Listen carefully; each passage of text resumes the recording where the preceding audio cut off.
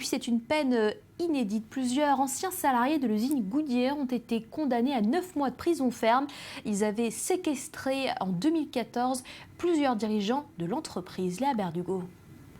Une catastrophe, une peine démesurée. C'est en ces termes que les 8 anciens salariés de l'usine Goodyear d'Amiens Nord accueillent leur verdict. Michael Vamen est l'ancien dirigeant de la CGT au sein de l'entreprise.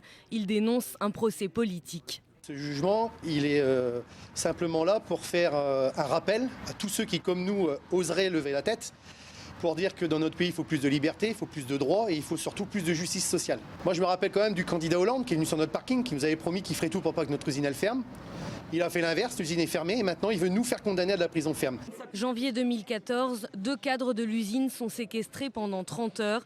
À sa libération, le directeur de la production reconnaît qu'il n'y a pas eu d'atteinte à son intégrité physique. Lors du procès, les prévenus avaient évoqué un coup de colère face à une direction sans réponse à la détresse sociale des employés quelques jours avant la fermeture de l'usine.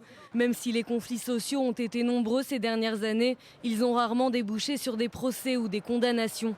En 2010, des cadres de la Poste avaient été séquestrés à Nanterre. Résultat, 3 salariés condamnés à des amendes en appel, 12 relaxés, dont l'ancien dirigeant du NPA, Olivier Besancenot. Depuis l'annonce du verdict, les réactions pleuvent. Certains politiques fustigent une ignoble décision. Les condamnés ont d'ores et déjà annoncé qu'ils feront appel.